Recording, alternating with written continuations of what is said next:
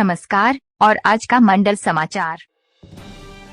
आज माननीय केंद्रीय बंदरगाह, जहाजरानी, जलमार्ग और आयुष मंत्री श्री सर्बानंद सोनोवाल जी पासी घाटी स्थित उत्तर पूर्वी आयुर्वेद और लोक चिकित्सा अनुसंधान संस्थान की समीक्षा बैठक में भाग लिया।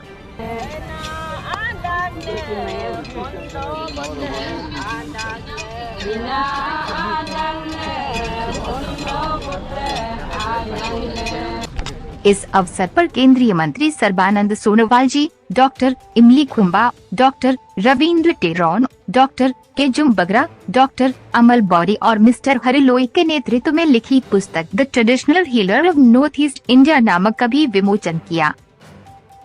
केंद्रीय मंत्री श्री सोनोवाल जी का स्वागत करते हुए स्वास्थ्य और परिवार कल्याण मंत्री अरुणाचल प्रदेश सरकार श्री आलो लिबांग जी ने कहा कि और जितना भी यहाँ आए पार्टी का प्रेसिडेंट एंड उनका वर्कर्स और जितना भी डॉक्टर्स एंड जो जितना भी यहाँ अटेंड कर रहे हैं, आप सबको नमस्कार।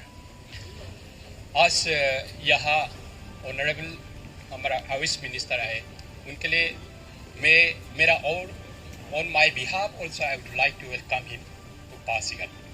तो इस विजिट में हम बहुत बड़ा काम करने जा रहा है, तो फिर भी बिकॉज ऑफ हिज टाइम कमती होने के कारण से हमारा प्रोग्राम हम लोग सर्टेन कर रहे हैं, क्योंकि सर यहाँ से और प्रोग्राम करके शिव सागर वापस जाना है। तो इसलिए I am also going to speak only in limited time.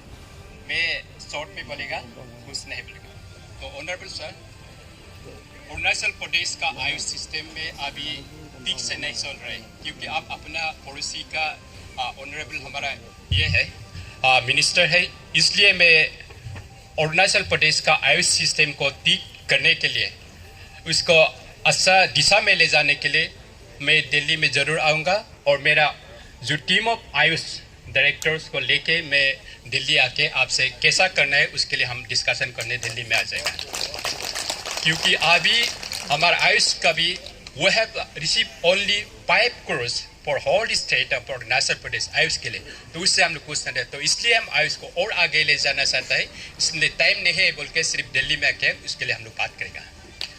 और इसके बाद इस आयुष से जो इसको एस्टाब्लिश होने के बाद हमारे यहाँ में ये बहुत सा कैजुअल वर्कर्स था इस इंस्टीट्यूशन में, तो 5 करंस के कारण से 12-13 वर्कर्स को, जो हीलर्स को हम यहाँ से मतलब बर्खास्त करना पड़ा है। तो इसके लिए भी आपका जो इन्वॉल्वमेंट बहुत ज़रूरी होगा, उसको भी री इंडक्शन करना है बल्कि हमारे यहाँ का मानना है, तो उसको री इंडक्ट करना पड़ेगा। और थर्ड पॉइंट मेरा ये कहना है, मेरा डिब्रूगढ़ और पासीघाट का बीच में आप इसी का मिनिस्टर भी है, इनलैंड वाटर्स वे है, मतलब डिब्रूगढ़ से पासीघाट रानीघाट तक वाटर वेज का हम लोग उसको और आगे ले जाने से, ठीक है, बढ़ाने से, क्योंकि ये हमारा मिलिट्रिस्ट मूवमेंट के लिए भी होगा, टूरिज्म के लिए भी होगा, और लोकल वर्कर्स का जो अनएम्प्लॉयड को भी हम लोग सॉल्व करेगा, वो पॉइंट हमको बहुत जरूरी है। तो इसलिए मैं पब्लिक से भी और जितना भी यहाँ बैठा आपसे अनुरोध करना चाहूँगा, आज सिर्फ हमारा ऑनरेबल मिनिस्टर है, उनका बात सुनेगा, हम लोग ज़्यादा टाइम लेने से भी कुछ नहीं होगा। वो 3 पॉइंट रख के मैं अपना यह बात समाप्त करना चाहूँगा। नमस्कार, वेरी गुड। इस सभा में उपस्थित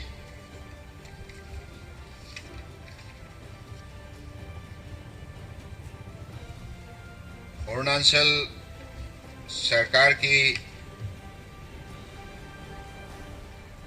परम आदरणीय स्वास्थ्य मंत्री, हमारे सबके प्रिय आलो लिबांग जी, और हमारे साथ डिब्रूगढ़ से आए हुए आसाम की वरिष्ठ नेता, बीजेपी की 4th टाइम एमएलए डिब्रूगढ़ विधानसभा क्षेत्र से, और साथ में अब असम इंडस्ट्रियल डेवलपमेंट कॉरपोरेशन की माननीय अध्यक्ष महोदय प्रशांत फुकन जी, और यहाँ की हमारे लोकप्रिय विधायक कलिंग मायोंग जी, जो अभी कुछ काम के लिए विदेश गए हैं, और पत्रकार बंधुगण, आज आप सबको जैसे मालूम है कि माननीय प्रधानमंत्री जी ने प्रधानमंत्री का दायित्व भार संभालते ही देश के विकास के लिए उन्होंने जो अपने विजन प्लान घोषित किया, उनमें से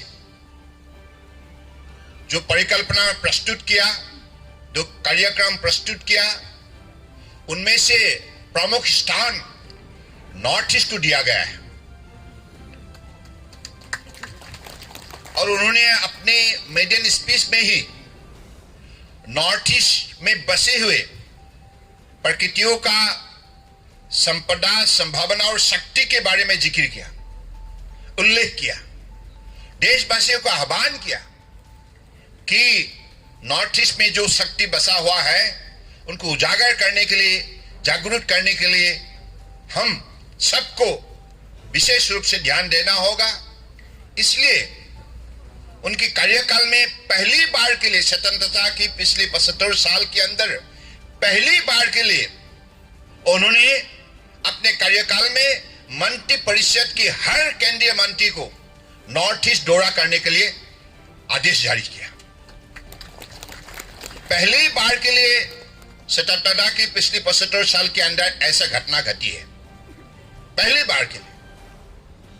पहले हम लोगों को क्या करना पड़ता था, नॉर्थ ईस्ट की छोटे छोटे बातों के लिए दिल्ली जाना पड़ता था, मंत्रियों को हो या छोटे छोटे अधिकारी को भी मिलने के लिए सप्ताह भर इंतजार करना पड़ता था, होटल में बहुत पैसा हमको लगता था, है कि नहीं। और उन्होंने कहा आप लोगों को आना नहीं चाहिए, हम खुद जाएंगे। ये सरकार जो मोदी जी के नेतृत्व में बचे हुए सरकार हमेशा जनता के लिए प्रतिबद्ध है और रहेगा। और उन्होंने अपने प्रधानमंत्री की शपथ लेते हुए उन्होंने देशवासियों का सामने बात रखा, कहा कि मैं सिर्फ प्रधानमंत्री के हिसाब से नहीं, एक प्रधान सेवक के रूप में मैं देशवासियों के हितों के लिए समर्पित भावनाओं से सेवा करने के लिए मैं आया हूं। तो इसलिए साफ जाहिर है उनकी 7 साल की इन 7 इयर्स टेन्योर जो परिवर्तन हम लोगों ने महसूस किया है, चाहे अरुणाचल हो, चाहे असम हो, चाहे मिजोरम, चाहे मणिपुर हो, चाहे त्रिपुरा हो, चाहे सिक्किम हो, चाहे नागालैंड हो, चाहे मेघालय हो, हर प्रदेश की जनताओं ने खुद अपने आंखों से देखा है परिवर्तन का चेहरा सभी। और इसके वजह से आज नॉर्थ ईस्ट जाग उठा है।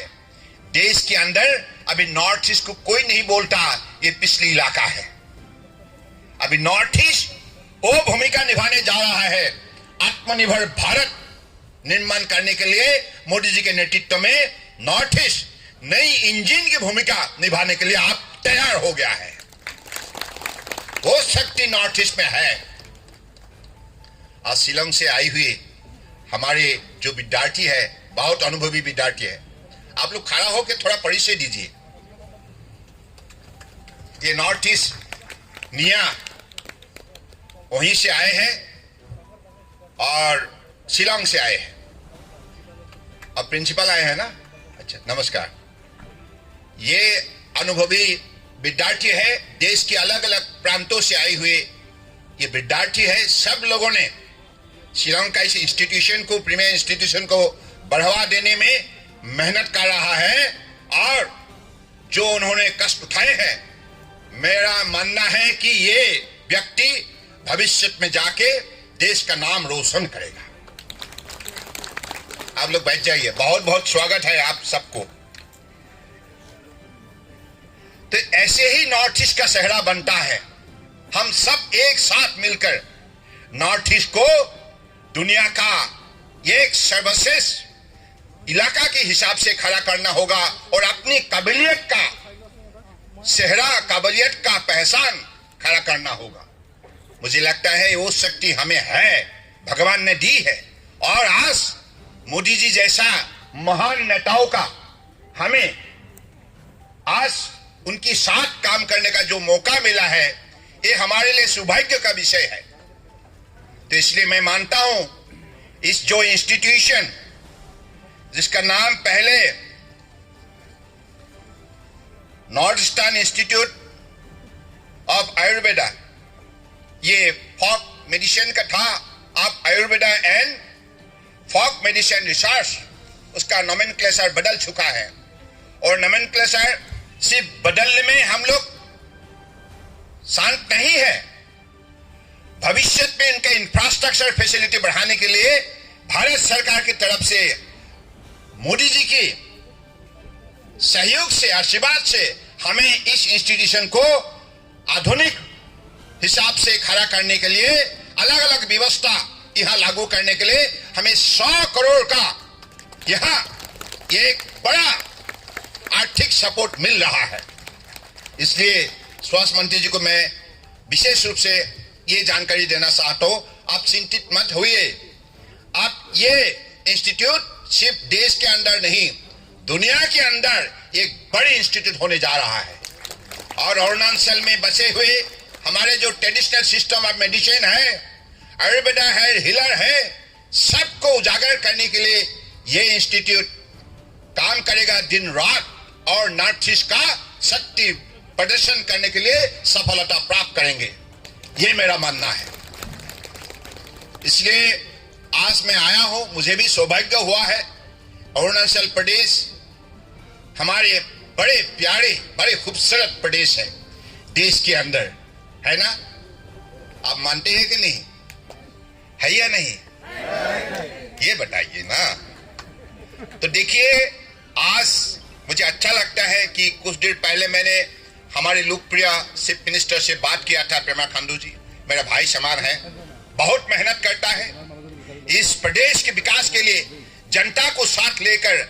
मोदी जी का जो मंत्र है, सबका साथ, सबका विकास, सबका विश्वास और सबका प्रयास, उसी मंत्र के साथ उन्होंने आज अरुणाचल का प्रगति संभव किया है।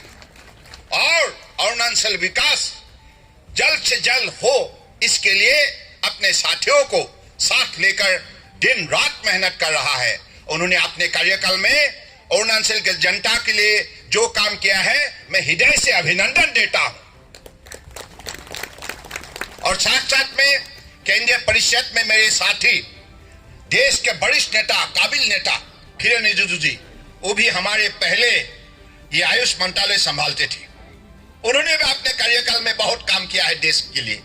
खेल मंत्री के नाते भी बहुत सफलता पूर्वक उन्होंने काम किया है, और राज्य गृह मंत्री के नाते भी उन्होंने अपने काबिलियत दिखाई।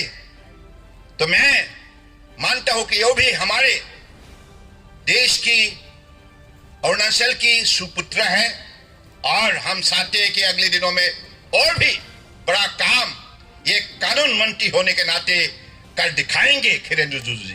अब यहाँ के जो लोकप्रिय विधायक है कालिंग मायोंग जी, वो भी आप पासीघाट की विधायक जो है, वो अभी स्पेन की बार्सिलोना में सरकारी कार्यक्रम के खातिर उनको वहां जाना पड़ रहा है। उन्होंने भी वहां से शुभकामनाएं भेजा है। मैं उनको भी हमारे हृदय से धन्यवाद और आभार व्यक्त करता हूं।